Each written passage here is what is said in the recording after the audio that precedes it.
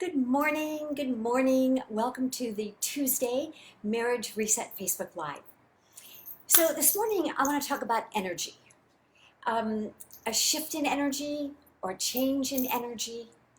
And I want to give you a tip about deliberate intention and staying really, really aware.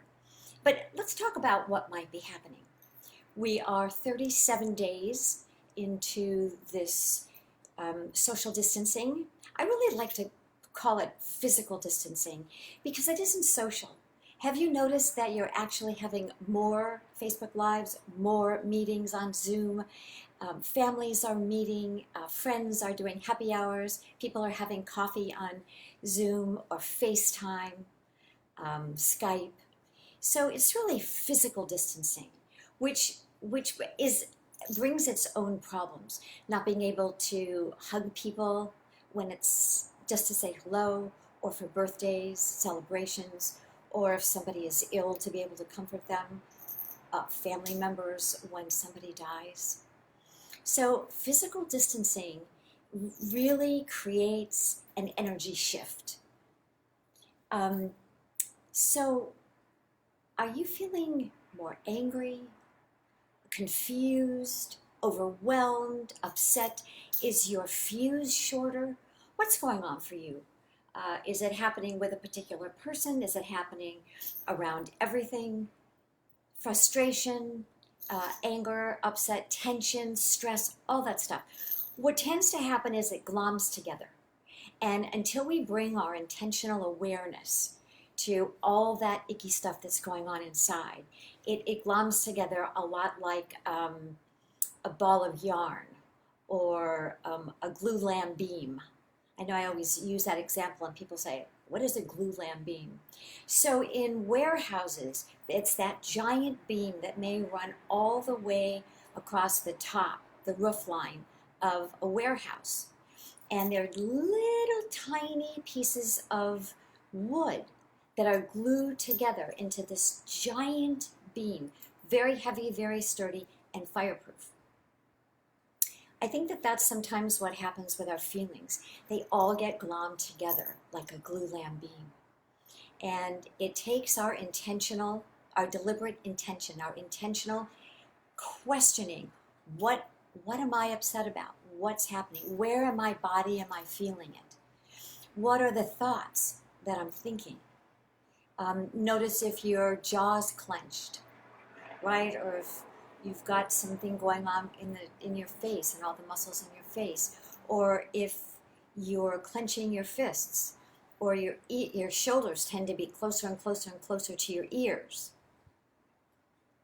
Just want to take a breath, check in our bodies first. So when I say bring deliberate attention, deliberate intention to what you're feeling, I really mean check your body first. Is your face feeling relaxed? Can you bring a smile to your face? Can you open up your chest, open up your shoulders? Breathe a little more deeply. Feel your feet really planted on the ground. Sometimes when we're out of sorts, we're not steady sitting, we're not steady standing. It's almost as if somebody could touch us and would fall over. So what we do is we have that armoring, the armoring so that we won't cry or that we'll manage or cope. But the armoring means that nobody gets in. The love, the compassion, the caring, the good humor, nothing gets in. And you can't get out. Your authentic self can't get out. Your kindness, your love, your caring, your sense of humor. So you're kind of locked in this armoring. And then there's behavior that goes with the armoring. Angry behavior, short, clipped sentences. So my invitation to you today is to really start to be aware, intentional, deliberate intention and deliberate attention to what's happening in your body and to shifting that. You can shift that. We're human beings. All things are possible. Whatever is going on with us, whatever we're thinking, feeling, experiencing in our bodies, we can change. We're not prisoners Nobody's doing this to us. Whatever our reaction is, we can change it. That's the great thing about being a human being. We can decide how we want to be, how we want to show up, how we want to show up for ourselves, and how we want to show up for and with other people. So that's the first tip, is check your body. Make sure that your shoulders are back and down, and that you bring some relaxation to your face, and you might even tell your face to relax. Pinch it a little bit, poke it gently, respectfully, just to sort of become more aware. I see now it's just all tingling. Become more aware. Breathe, and make sure you're really grounded in your feet. Grounded in your feet and your core. Your spine doesn't actually hold you up. I don't know if you know that. It's your core.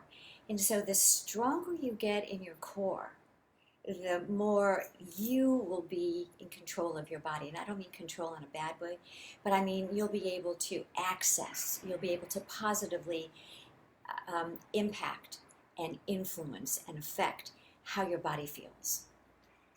And the second tip is to really listen carefully to your voice, to the words that you're saying, to the tone, to the cadence. Elongate your words and your sentences a little bit, almost exaggerate it. And that will help you if you're having any sort of short, clipped, fast speaking. Sometimes people say that it feels like being on the other end of a Gatling gun in the old days, that da-da-da-da-da, or that jackhammer.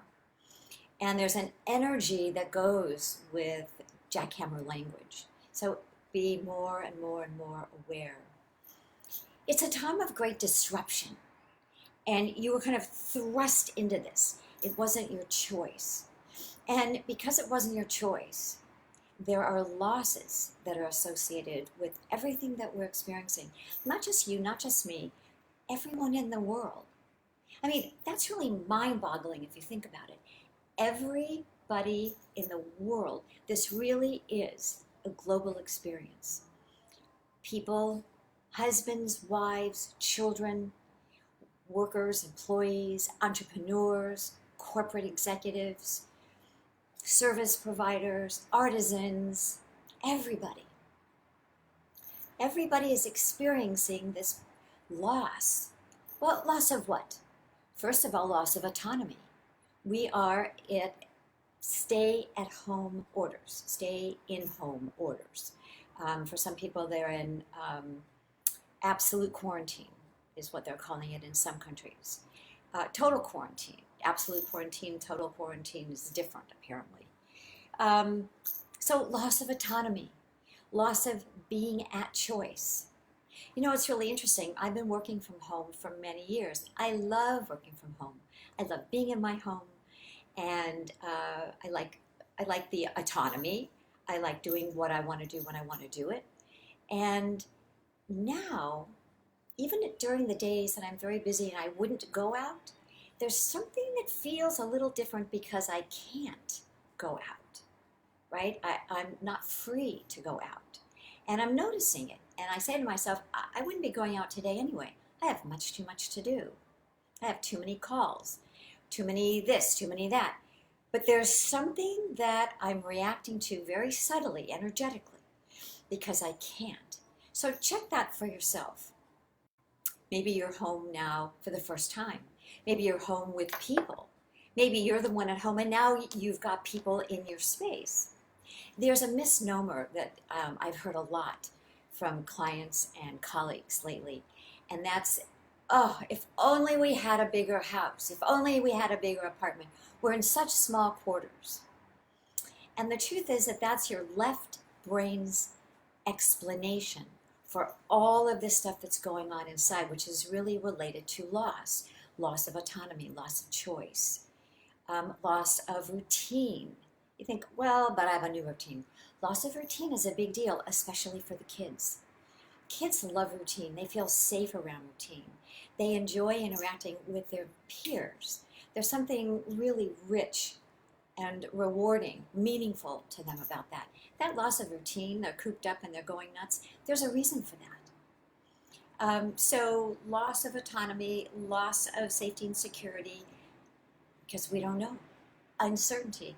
Human beings don't like uncertainty. We like to know. Even if we know the bad news, we prefer to know. Loss of hopes and dreams, loss of safety and security, loss of routine.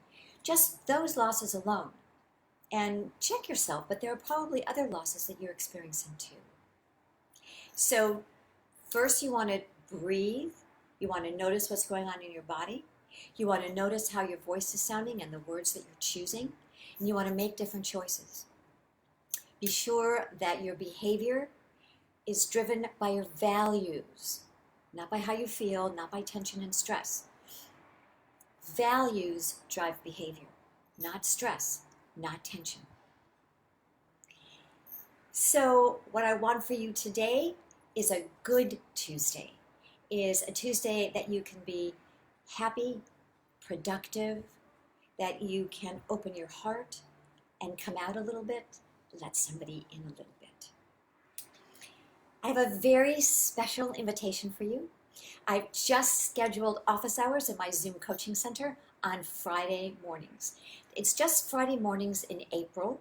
If you like the office hours, then I'm going to move them to sometime during the week after April.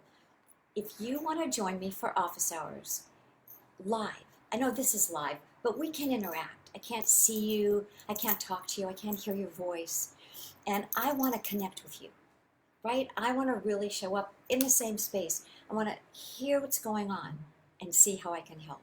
I want to teach you the essential relationship success skills. Remember, love is not enough. Love plus self-knowledge plus partner knowledge plus the essential relationship success skills equals a happy, lasting relationship. So I want to work with you on these skills. I want you and your partner to jump on the office hours on Zoom call, and so that you can practice with each other and I can offer little tweaks and suggestions. So Friday office hours on Zoom. Just Facebook Messenger me and tell me that you want to come to office hours. Give me your full name and your email address, and we'll send you an email with a Zoom ID. Okay, if you're watching the replay, let me know that this is valuable. Give me an idea of something that really was meaningful to you. Tell me what you want me to talk about, what would be really helpful to hear about. Stay at home, stay well, I've got you, and together we're going to get through this. We've got this. Take very good care. Bye-bye.